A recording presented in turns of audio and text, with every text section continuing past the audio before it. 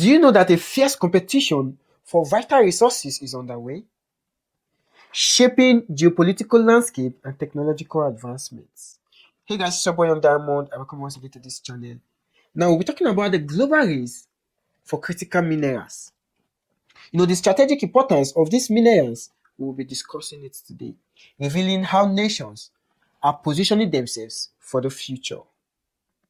Now, hidden beneath our feet, a silent war is being waged, a battle for the very building blocks of our future. Nations are scrambling, alliances are shifting, all for access to the rare earths and precious metals that power our technology. Uncovering the geopolitical chess that is playing right now and understand why these boring minerals are anything but the invisible power struggle. The quiet war for lithium, cobalt, rare earths, minerals. Why these obscure elements are today's oil. Whether you like it or not, the war for lithium, cobalt are underway. These are the necessary minerals that is essential to produce the batteries for the EVs. It is also an important element for the green energy. Everyday tech to green energy, the demonstration is evident. How these critical minerals are on the way to our future. Because everybody is talking about green energy, green energy. We have to go green. But the consequences of going green is the quiet war that is looming under our feet. The struggle for lithium, cobalt, other rare earth materials, tantalum, uranium, all natural resources. These are today's oil.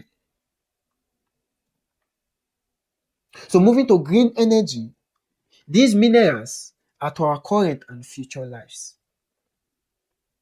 Because we need it now, and also we need it for the future. Because the demand versus the current extraction capabilities is overwhelming. Because now the globe is transitioning, from fossil fuel to green energy. So the demand for lithium, cobalt, and other rare earth minerals are on the high side. But the current extraction capabilities is something to be worried about. How are these minerals extracted? Which regions are they gotten from? It's something to be worried about. From the mines in Congo, to other parts of the developing nations, you see how these minerals are being extracted in a dehumanized way. Environmental pollution, cheap labor is something else, including child labor, are also some of the means for the extraction of these minerals. Though we have companies doing it on the large scale, using heavy equipment to extract these mineral resources, but it still boils down to question the extraction capabilities. Another question we need to still ponder about is who controls the bottlenecks. Because mapping the current global mineral monopolies, countries with dominant control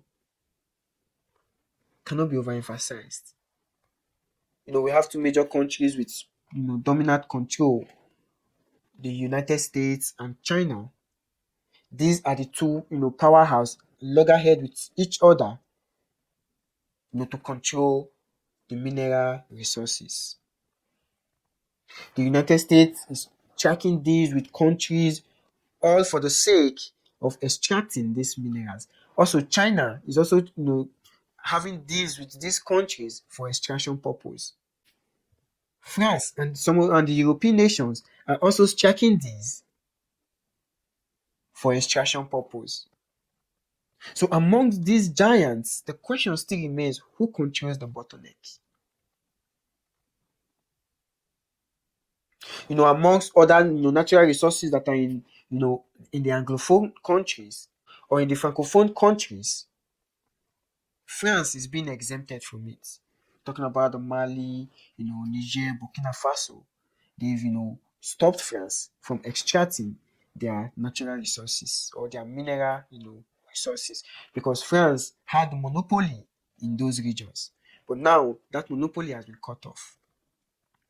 So on a global scale, who controls the bottleneck?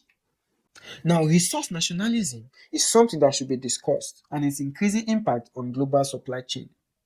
So if these natural resources are properly nationalized, it has a greater impact on the global supply chain because if the resources are monopolized, definitely it will also affect the supply chain.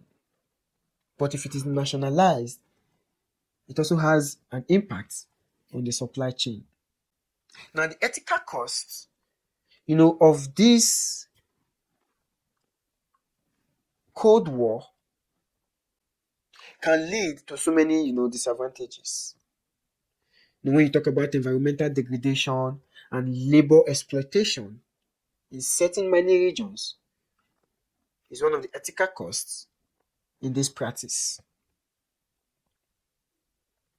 Because whether we like it or not, the scramble for natural resources and rare earth minerals often leads to environmental degradation, and labor is always being exploited in certain regions. So these two factors, when it comes to extraction of rare earth minerals, is always an ethical cost.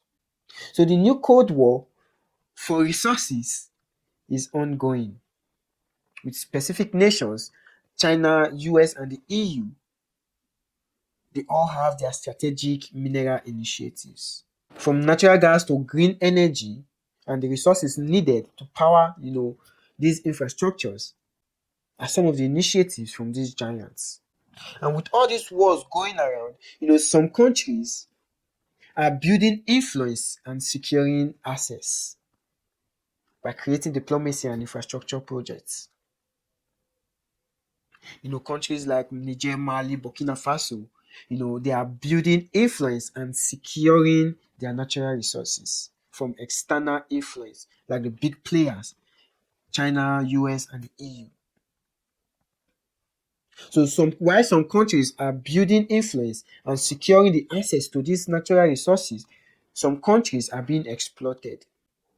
And also the militarization of mining, exploring potential flashpoints and strategic alliance.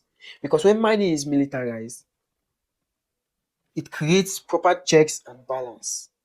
That way exploitation can be avoided. If they are for the people, environmental degradation can also be avoided. Now, on a global scale, innovation has become a weapon. Innovation has become a weapon.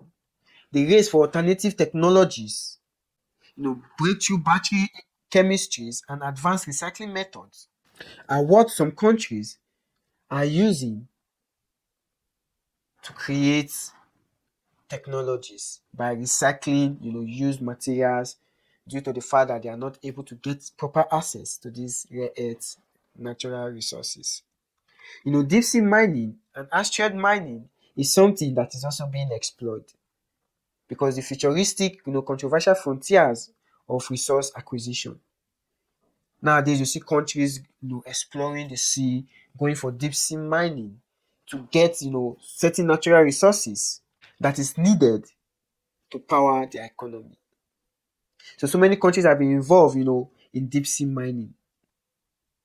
And also it is a futuristic, resource acquisition. While some countries have started, some countries also are making preparations, to explore deep sea and also go into deep sea mining. Now, the role of venture capital and government grants in accelerating this technological solution is something that also needs to be encouraged.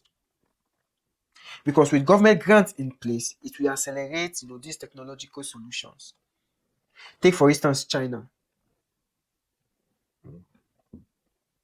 The government sponsors, give grants to accelerate these technologies. That is why China is growing at a massive pace due to the investment of governments and also venture capitalists. So for your country to accelerate in growth in this technology, in this war that is looming, to gain edge, the government needs to invest in technology. If the government does not invest in technology, that is where other countries come in, take whatever you have because you don't know the value, and then they go out. When they refine it into finished product, and then they send it back to you. You purchase at a different cost.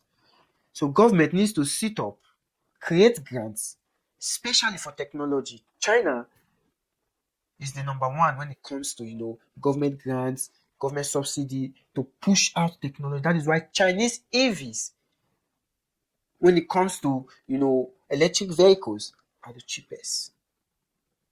With awesome design from Xiaomi to BYD, to other products in EVs. These are technologies invested by the government. So securing tomorrow's progress, the critical need to diversify supply chain and international cooperation is something that has to be discussed. Supply has to be diversified and international cooperation, not cohesion. Because you see some powerhouse, they coerce you into signing, deals with them. Take for instance the US Ukraine, deal, mineral deal, due to the assistance being given to them by the United States. And also the deal between Congo and the United States, just for assistance to end, the ongoing war between the Congo forces, and the M20 rebels. So collective and diversified supply chains needs to be encouraged, and proper international cooperation, not exploitation. And even as individuals, we all have, our own part and our own role to play in all of this.